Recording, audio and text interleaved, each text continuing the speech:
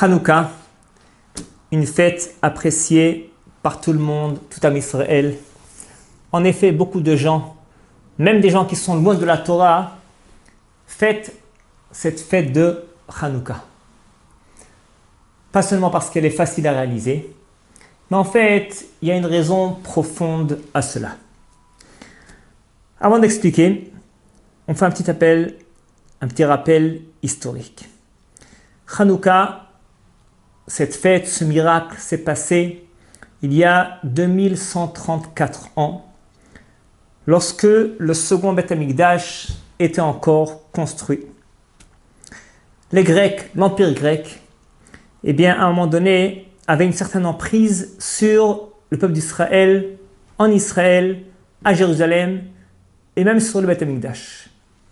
Et nous dit Maïmonide que la menorah qu'il fallait allumer tous les soirs, avec 7 branches, qu'elle brûle toute la nuit, et d'après certains commentateurs même la journée aussi, cette menorah avait cessé d'être allumée pendant une 50aine d'années.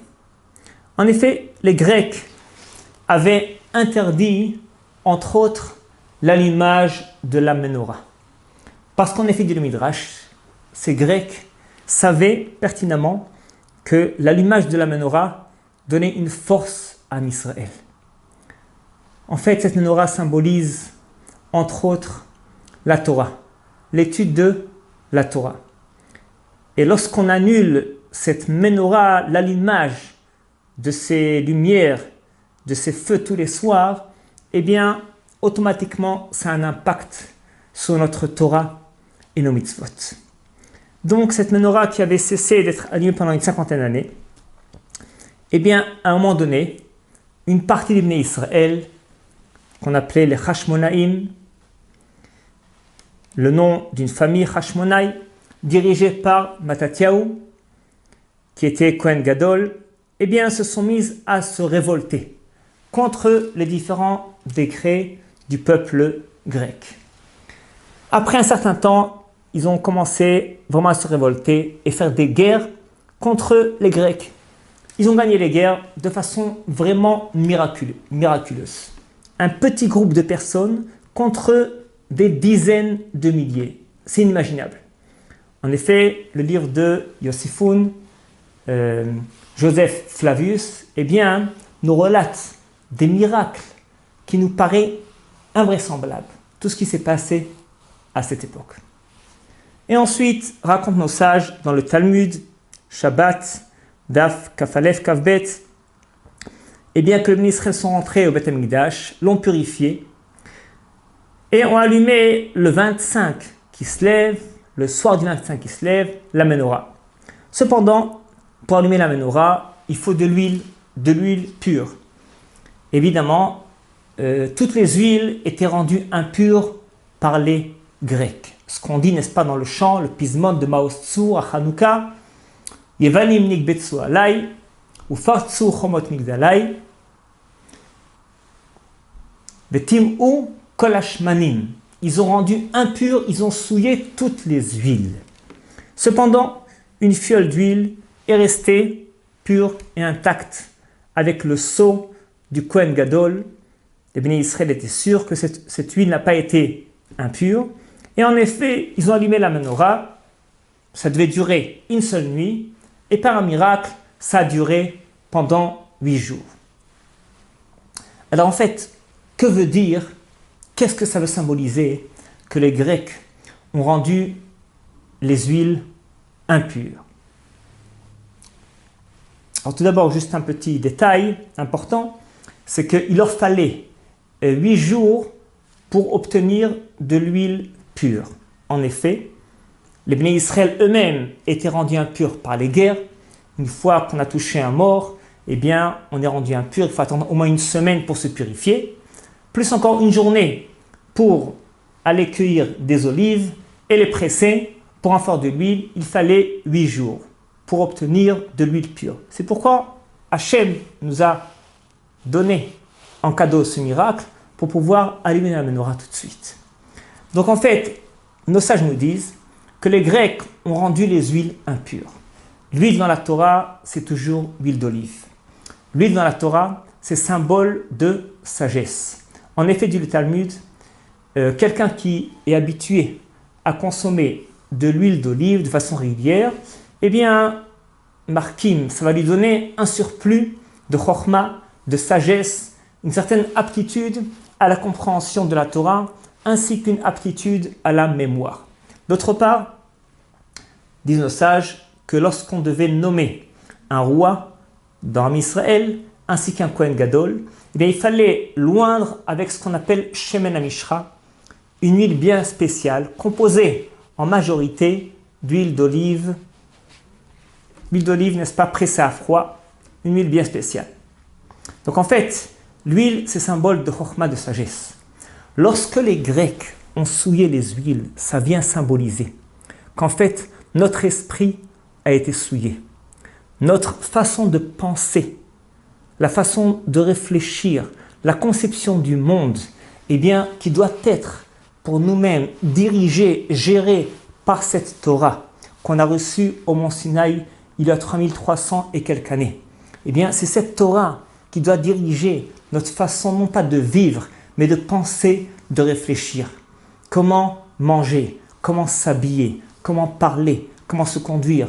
Eh bien, toute la gestion d'un peuple de A à Z, non seulement dans le domaine national, Am Israël, mais aussi dans le domaine familial, la halachot de la famille. Une personne est mariée, comment éduquer ses enfants. Sur le niveau personnel, comment manger, qu'est-ce qui est cachère, qu'est-ce qui n'est pas cachère, respecter le Shabbat. Eh bien, c'est toute une conception de vie, une façon de réfléchir. Les mœurs, la civilisation, comment s'habiller, quelle importance donner à chaque élément de la vie, quelle importance à le sport dans la vie d'un juif, quelle importance à l'habillement, l'alimentation, le plaisir, les loisirs, tout cela, eh bien, doit être géré par ce qu'on appelle Da'at Torah, l'esprit de la Torah, qui est en fait, eh bien, l'esprit d'Hachem Kaviachol. C'est Hachem qui nous a créés, il vient nous donner les meilleurs conseils. Comme si on achète un ordinateur, eh bien, le magasinier va commencer à donner des instructions comment l'utiliser. On ne pourra pas lui dire, écoute, laisse-moi, n'est-ce pas, je vais taper sur les touches comme bon me semble. Parce que dans ce cas-là, on risque eh bien, de ne pas le mettre en marche ou même de le casser. Eh bien, Hachem qui a créé le monde, qui a créé les hommes, qui a créé tout ce qu'il y a sur terre, eh bien, il revient à Hachem de gérer notre vie de A à Z. En effet, il est raconté, il y avait un ministre qui détestait les Juifs. Et il est allé dire au roi, eh bien, regarde ces imbéciles que tu as dans ton pays, ces Juifs-là, ils ont même des halachot, des directives, comment s'habiller. En effet, dit la halacha, quand on s'habille, eh bien, on doit emmancher la manche droite avant la gauche. Quand on l'enlève, c'est le contraire. Enlever la gauche avant la droite.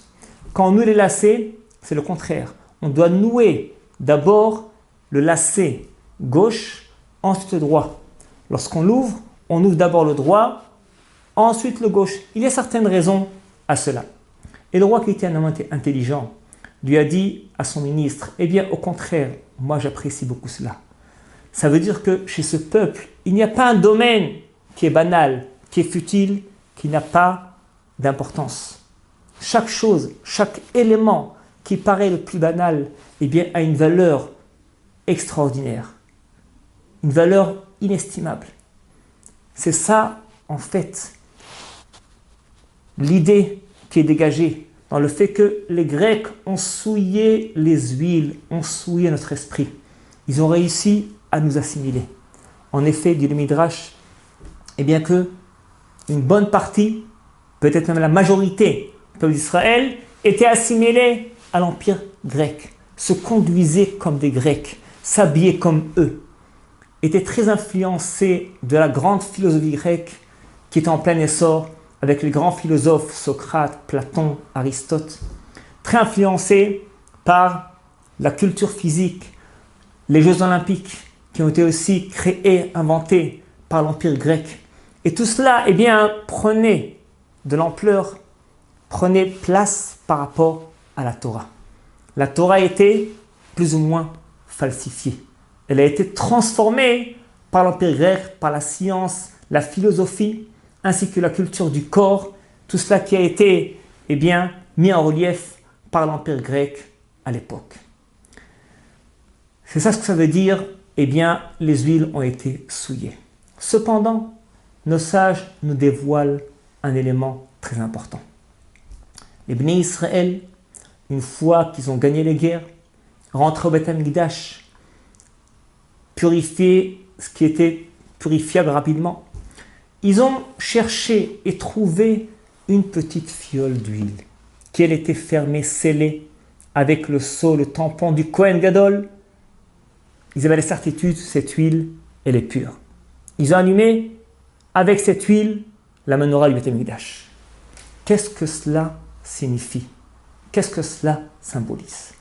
Hachem a voulu nous transmettre un message divin. À nos ancêtres, il y a 2000 et quelques années, et à nous-mêmes, pendant toutes les générations, pendant 2000 ans d'exil jusqu'au Mashiach, Bezrat Hachem. Hachem voulait nous transmettre le message suivant. Même si notre esprit a été souillé, même si on est assimilé, eh bien, dans tous les cas, un juif, il possède en lui cette fiole d'huile qui est pure, qui est intacte. Qui est intacte. Personne ne peut y toucher, personne ne peut l'atteindre. Qu'est-ce que ça veut dire? Le livre Nefesh HaChaim, l'âme de la vie, rédigé par le Rav Chaim de Volodjim, un des grands disciples, le plus grand disciple du Gaon de Vilna, d'ailleurs celui qui est traduit en français, l'âme de la vie, eh bien, il explique dans le premier portique que notre âme, notre neshama, possède en fait 3 niveaux, 3 dimensions différentes. Nefesh, Ruach, Neshama. Nefesh, c'est la partie la plus basse, c'est le domaine des instincts, des passions, des sentiments de tristesse, de joie, etc. Ruach, c'est au niveau du cœur, c'est le domaine de la volonté, la motivation, la dynamique, l'initiative. Et ensuite, Neshama, la partie la plus élevée, au niveau de l'esprit. C'est la réflexion, la méditation, la faculté de prendre, de réfléchir et de prendre une décision, comme ci ou comme cela. Eh bien, explique le Rav Chaim de Volodjin que lorsqu'une personne va commettre une faute, eh bien cette faute, elle va souiller, elle va affecter ces parties d'âme qu'on appelle Nefesh et Ruach. Alors que cependant, la partie Neshama n'est jamais atteinte par aucune faute. La faute ne peut pas atteindre la Neshama. La Neshama est appelée Kaviachol Chelek Elokam Mima'al. C'est comme si on pourrait s'exprimer ainsi comme eh bien, un dévoilement divin qui est dans l'homme. Une Neshama ne peut pas être souillée par la faute. Prenez un exemple. On peut salir un vêtement. On peut salir un meuble. On ne peut pas salir une lumière. La lumière, eh bien, elle n'attrape pas la saleté. C'est impossible. La Neshama, c'est une lumière divine. La saleté ne peut pas s'accrocher à la Neshama. La Neshama reste toujours intacte et nickel. Ce qu'on dit tous les matins avant la tfila, Neshama shenatatabi teorahi. La Neshama que tu m'as donnée, eh bien, elle est pure. Il y a uniquement Nefesh et Ruach qui sont atteints, qui sont souillés par la faute. Cette fiole d'huile qui était nickel, eh bien, vient symboliser cette Neshama en nous qui est elle aussi nickel, qui ne peut pas être atteinte par la faute, par la Avera. Et ce qu'Hachem a voulu nous dire, malgré toutes les fautes qu'on peut commettre, malgré l'exil, malgré l'assimilation, eh bien cette Neshama, elle est toujours propre, elle est toujours pure. Évidemment, cette Neshama, elle peut être endormie, voire même anesthésiée par l'exil, par les fautes, l'assimilation. Notre devoir, eh bien, c'est d'éveiller cette Neshama. Ça nous arrive de temps en temps un jour de Kippour, ça peut être un jour de Shabbat, un soir du Seder de Pessah, ça peut être pour un événement heureux, le mariage d'un ami proche ou d'un enfant, eh bien, une extrême joie qui nous amène à la tchouva, qui éveille notre neshama. Ça peut être, chas v'shalom, un événement dramatique. Eh bien, de temps en temps, cette neshama, elle est réveillée. Donc ça, je vous dévoile qu'à Hanouka, pendant la fête de Hanouka, quelque chose de très particulier se passe. Eh bien, comme nos ancêtres ont trouvé, ont découvert cette fiole d'huile qui était pure, eh bien, nous aussi, on peut chaque année découvrir en nous cette fiole qui est pure, qui est intacte. C'est une des sgoulottes, une des forces de Hanouka, une des forces spirituelles et divines de la fête de Hanouka. Pendant 8 jours, on a la possibilité d'éveiller cette neshama qui est endormie. Et automatiquement, évidemment, de nettoyer même les parties en nous qui sont appelées nefesh et ruach, qui ont été souillées par la faute. Comment est-ce qu'on éveille cette neshama pendant Hanouka? C'est très simple. Nos sages vont instaurer la mitzvah de l'allumage des lumières de Hanouka tous les soirs de 1 à 8 lumières. Et pendant cet allumage-là, notre neshama automatiquement est éveillé. C'est obligatoire. C'est obligatoire. Même si on ne sent pas. Pas toujours on sent. Comme si on prend un médicament. On ne sent pas que ça agit tout de suite. Il faut attendre 24 heures, quelques journées pour sentir l'effet positif du médicament sur notre corps. Par aussi, notre neshama peut être en éveil sans qu'on le ressente. Mais en fait, le fait de savoir, cette prise de conscience peut nous aider à éveiller cette neshama encore beaucoup plus. Il est raconté que le Maharam de Lublin, eh bien une fois, un groupe de personnes sont venus chez lui à la maison. Ils sont venus se plaindre d'un co-religionnaire juif qui dénonçait malheureusement ses camarades à l'État. Ça faisait des dégâts terribles. Ce Maharam de Lublin, qui avait en fait ce qu'on appelle le Ruach HaKodesh, un esprit divin, il voyait, n'est-ce pas, ce qui se passait au niveau de chaque personne, chaque neshama, il leur a répliqué: je ne comprends pas ce que vous me racontez, parce que maintenant même, sa neshama, son âme, eh bien, me'ira. Sa neshama, son âme est en train de rayonner dans les mondes célestes. Qu'est-ce que vous me racontez? Ils ont rien compris. Peu après temps, ils ont vérifié. Il s'est avéré qu'à l'instant où ils ont parlé au Maharam de Lublin, eh bien cet homme-là était en train d'allumer les lumières de Hanouka. Même quelqu'un qui est loin de la Torah, qui est anti-Torah, qui va dénoncer ses frères, lorsque, eh bien, quand bien même, il va faire cette mitzvah de Hanouka, même si c'est un niveau très très bas, évidemment, son niveau n'était pas un niveau élevé, loin de là. Même à son niveau, eh bien, sa neshama est en éveil, sa neshama rayonne dans les mondes célestes. Et en fait, on a beaucoup d'histoires que des gens loin de la Torah font pas Shabbat, mais font la fête de Hanouka. En effet, c'est aussi cité par allusion dans le Talmud, le traité de Shabbat.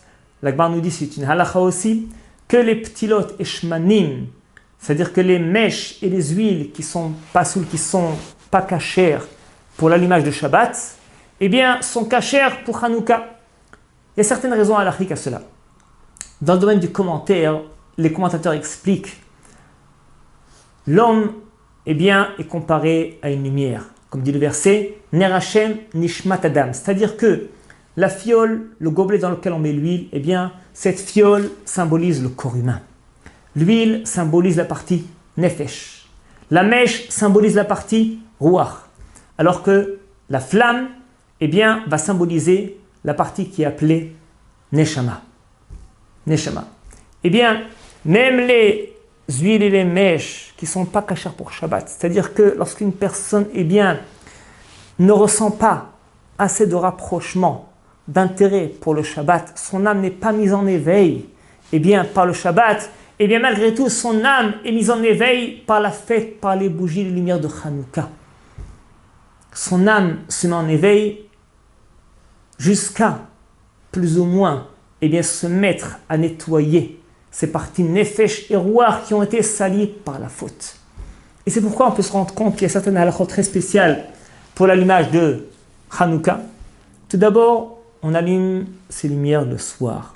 Ça vient symboliser, eh bien, même lorsqu'on est dans l'obscurité, dans les ténèbres, cette lumière de Hanouka vient rayonner, vient nous éclairer, nous éveiller à la tchouva. Deuxièmement, on allume ces lumières de Hanouka de gauche à droite. La gauche vient toujours symboliser les forces de la rigueur, les forces du din, de gauche à droite. C'est-à-dire que même les forces de la rigueur, eh bien, vont être adoucies par la droite qui est symbole de rachamim, de pitié, de bonté. Troisièmement, ces lumières, on les allume a priori moins que 10 fachim, moins que 1 mètre de hauteur. La Gemara nous dit dans le traité de Souka, d'Avav, que Shrina lo yarda lemata ma'asat fachim, que la Shrina, la présence divine, ne descend pas en général plus bas que 10 fachim, plus bas que 1 mètre. Il y a une exception, c'est Hanouka. À la fête de Hanouka, la Shrina, elle descend très très très bas, même plus bas que 10 fachim, que 1 mètre. Ça va symboliser même une personne qui est très lointaine de la Torah, qui est au fin fond de l'abîme, dans la Toum'a, dans l'impureté. Il est empris par son Yetzara. Il sent des fois qu'il n'a plus d'emprise sur son Yetzara, il n'arrive plus à se libérer. C'est comme s'il est empris par les forces du mal. Eh bien qu'il sache qu'à Hanouka, son âme est en éveil. Son âme peut se réveiller facilement, se rapprocher très très vite de la Torah et des mitzvot. Ça, c'est ce qui est symbolisé par la fête de Hanouka. Concrètement, eh bien, il est conseillé, recommandé de consacrer au moins une demi-heure, 3/4 d'heure à l'allumage de Hanouka. Il faut se préparer à allumer ces lumières de Hanouka. Quelques minutes, autant que possible. Certains vont mikvé, certains sadikim vont mikvé avant d'allumer les Hanouka, tellement c'est important. Dire les shemichot d'une tefila, une prière, eh bien, puisqu'en fait, on est en train de faire une action qui paraît banale, mettre le feu à une mèche, alors qu'en fait, on réalise quelque chose d'extraordinaire. Vous savez, de nos jours, eh bien, c'est pas difficile de prendre conscience que par un geste banal, on fait des choses grandioses. Par exemple, prenez un téléphone portable. Il y a 200 ans, quelqu'un vous aurait dit, avec ce petit appareil, ce petit gadget, tu peux parler à quelqu'un qui se trouve à 20 000 km de distance. Tu l'aurais pris pour un fou. Impossible. Alors que de nos jours, eh bien, n'importe quel enfant sait, quand tu appuies sur une seule touche, eh bien, en effet, en quelques secondes, eh bien, tu te mets en contact, en connexion avec quelqu'un qui est au bout de la terre. Autre exemple, on peut appuyer sur un bouton et allumer un projecteur de quelques milliers de watts, éclairer une salle immense. Ou à l'inverse, Chayla Vechas, appuyer sur un bouton et envoyer une bombe et faire des dégâts terribles. Donc en fait, ce n'est pas la grandeur explosive de l'action que tu es en train de réaliser, eh bien, qui va te démontrer la grandeur ou la petitesse de l'action. Ça dépend des connexions. Ce bouton, eh bien, il est en contact, en connexion avec quelle onde sonore, avec quel appareil, avec quel conduit électrique, etc. Par aussi, quand notre neshama, notre âme, eh bien, il y a des ondes, non pas sonores, mais des ondes divines et spirituelles qui la relient à cette Torah Kedosha, qui nous relie à Hachem par une simple action d'allumer, de mettre le feu à une mèche le soir de Hanouka. Eh bien, on a mis en éveil notre neshama avec toutes les parties, les dizaines et centaines de parties de neshama qui sont aussi ancrées, compilées en nous. Pour éveiller cette neshama, pour nettoyer les parties qui sont appelées nefesh et ruach. Consacrer quelques minutes, autant que possible, pour se préparer à la fête de Hanouka, se préparer à l'allumage de Hanouka. À temps, autant que possible, chacun selon son minhag, son habitude, mais le plus tôt possible, c'est-à-dire que dès qu'on peut le faire d'après la halakha, c'est le mieux. Zrizim, Magdina Mitzvot. Rester pendant une demi-heure minimum à côté des bougies. C'est conseillé de décrocher le téléphone. On parle à personne, on se recueille avec la famille. Les parents, les frères et sœurs, les enfants, la famille. Pas uniquement pour manger des beignets, mais aussi et surtout pour prier à Hachem, pour chanter à Hachem, pour remercier Hachem, pour les miracles qu'il nous a fait il y a 2000 et quelques années. Et aussi pour les miracles qu'Hachem nous fait tous les jours. Comment il est dans la tfila. Anisecha shebechol yom imanu. Les miracles que tu nous fais tous les jours. Et sachez, chers amis, on ne se rend pas compte combien de miracles Hachem nous fait tous les jours. Exemple, j'ai un cousin qui travaille dans la sécurité en Israël. Il m'a raconté une fois qu'il y a quelques dizaines d'attentats qui sont évités chaque semaine en Israël. Imaginez-vous. On n'en parle pas dans les médias pour ne pas affoler la population. Et ces attentats sont évités par des miracles divins. Comment il dit dans la bracha, Sha'asa nissim la'avotenu ba'yamem bazman hazeh. Bazman hazeh, les nissim, les miracles, Hachem les reproduit de nos jours. C'est au niveau national, en Israël, mais c'est aussi au niveau personnel, individuel. C'est-à-dire qu'en fait, la fête de Hanouka est une fête très propice pour élever son niveau, sa dimension spirituelle, éveiller notre neshama qui est plus ou moins endormi, mais aussi c'est une fête qui est propice à la tfila, à la prière. Surtout pendant la première demi-heure qui suit l'allumage. Il faut demander à Hachem tout ce qu'on a besoin, dans le domaine spirituel ainsi que dans le domaine matériel. Chaque soir est important, chaque demi-heure est hyper importante. D'ailleurs, on dit dans le Birkat Hamazon, Alanissim, il est écrit que quelqu'un qui a oublié, il dira à la fin, Arachman ou Ya'asenim, Hachem nous fera des miracles comme il a fait à nos ancêtres. La question est posée. En général, c'est déconseillé de demander à Hachem un miracle. Parce que quand Hachem te fait un miracle, on t'enlève une partie de tes mérites. Pourquoi demander à Hachem? La réponse qui est donnée, Hanouka c'est différent. Hanouka, on a le droit, le privilège, voire le devoir de demander à Hachem des miracles. Yeshuot, une délivrance. Des fois, n'est-ce pas, ça nous paraît mission impossible. Ce qu'on a besoin, c'est tellement impossible qu'on ne prie même pas. Hanouka, il faut prier. Il faut demander à Hachem, même ce qui te paraît mission impossible. Dans tous les domaines. Dans les finances, la famille, si on veut se marier, la santé, et encore plus, évidemment, dans le domaine du respect de la Torah et des mitzvot. Plus on demande à Hachem, plus Hachem nous donne. Hachem est à l'écoute tous les jours, mais surtout à Hanouka, surtout pendant cette première demi-heure qui suit l'allumage de Hanouka. Kol Tuv, Hanouka, Sameach, bonne fête de Hanouka.